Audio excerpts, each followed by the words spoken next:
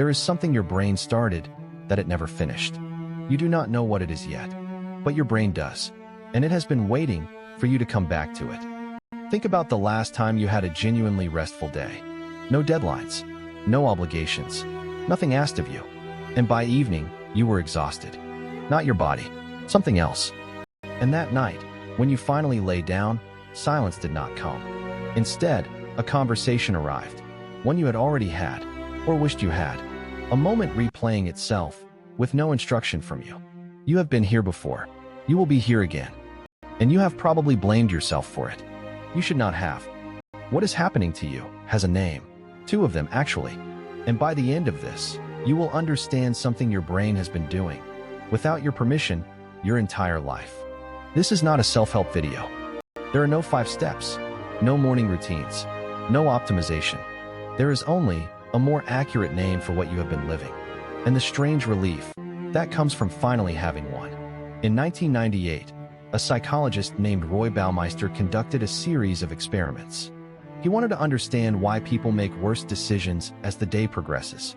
His subjects were asked to make choices, simple ones at first, the kind that barely register as decisions at all. What to eat, what to wear, which task to do first.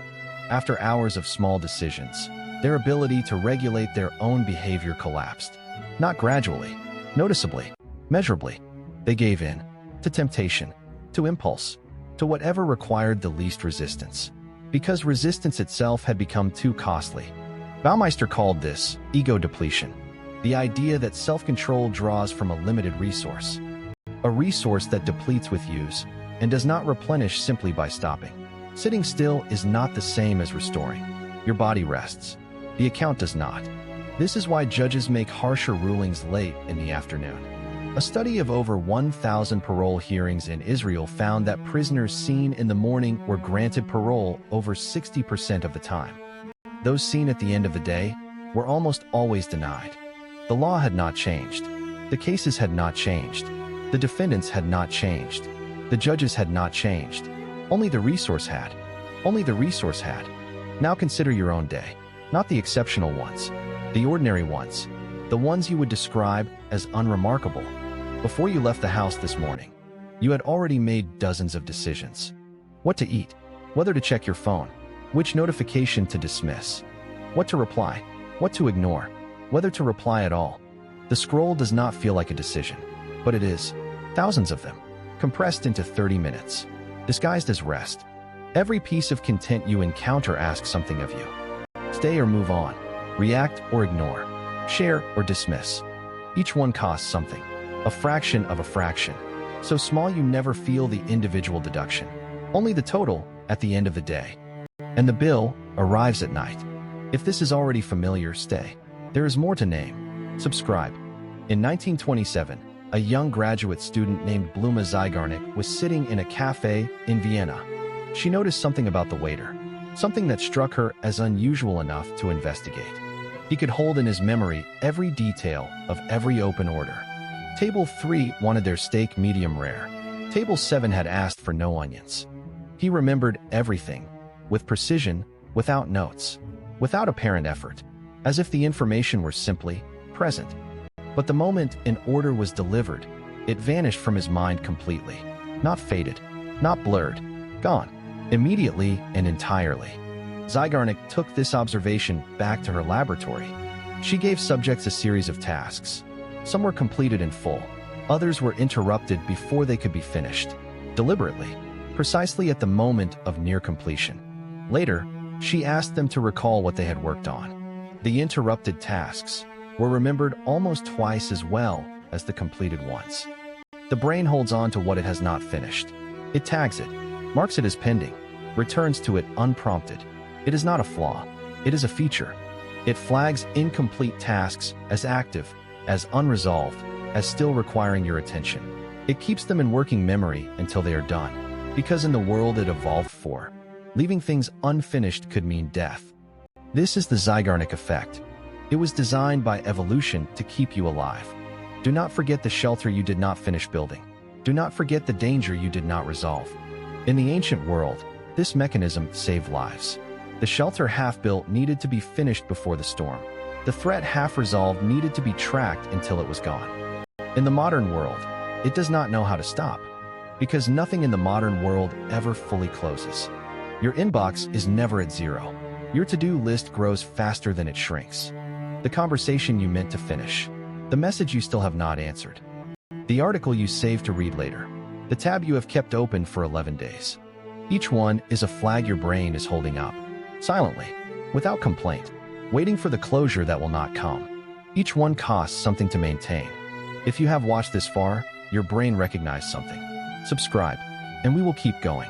You close your eyes. The room is quiet. The day is over. And your brain opens the archive. It is not random. During the phase of sleep known as rapid eye movement, the brain consolidates memory. It sorts through the events of the day. It connects patterns. It tries to make sense of what was left unresolved. This is useful. This is necessary. But what happens when you hand your brain an impossible task before sleep? You scroll for 30 minutes before closing your eyes. You ingest dozens of incomplete stories, unresolved arguments, strangers in crisis. Each one is a loop that opens and does not close. Your brain does not know these people are strangers. It does not know their crisis is not yours to solve. It flags them. It holds them. It keeps them active.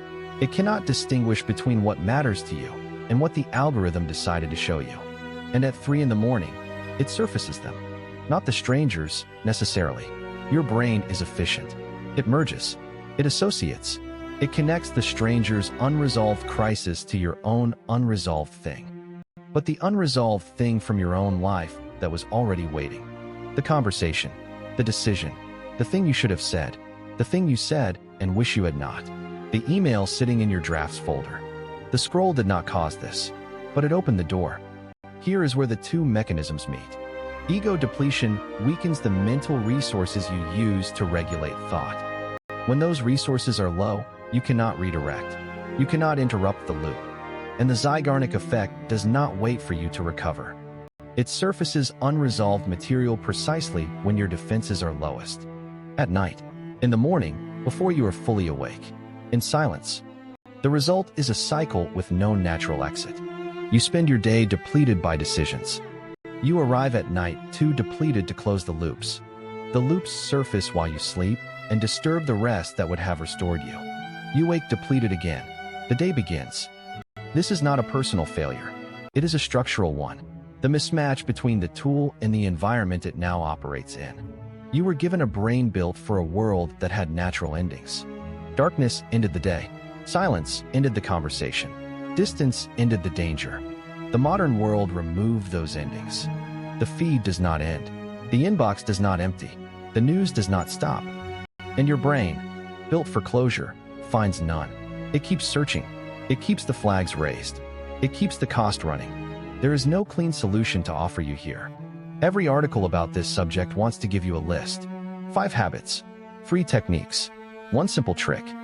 Those lists are written by people who understand the problem, but are afraid of the silence that comes after stating it honestly. The silence being this. The modern world is structurally incompatible with the brain you were born with. And no productivity system will resolve that. Only choices will. And choices cost something. That would be dishonest. But there is something that naming provides. A kind of distance. Not from the feeling. From the story you were telling yourself about why you were feeling it. When you know that the exhaustion is structural, not personal, something shifts. You stop asking what is wrong with you. You start asking what the environment is asking of you, and whether it is asking too much. That is not a small shift. That is the entire difference between shame and understanding. Shame turns inward. Understanding looks outward. One closes the door. The other opens a window. Not the exhaustion itself, but your relationship to it. The way you were treating it as evidence of something wrong with you. When you know that the loop at 3 in the morning is not a sign that something is wrong with you, but a sign that your brain is doing exactly what it was built to do, in a world it was not built for. The loop does not disappear, but you are no longer inside it in the same way. You can observe it. And observation is not nothing.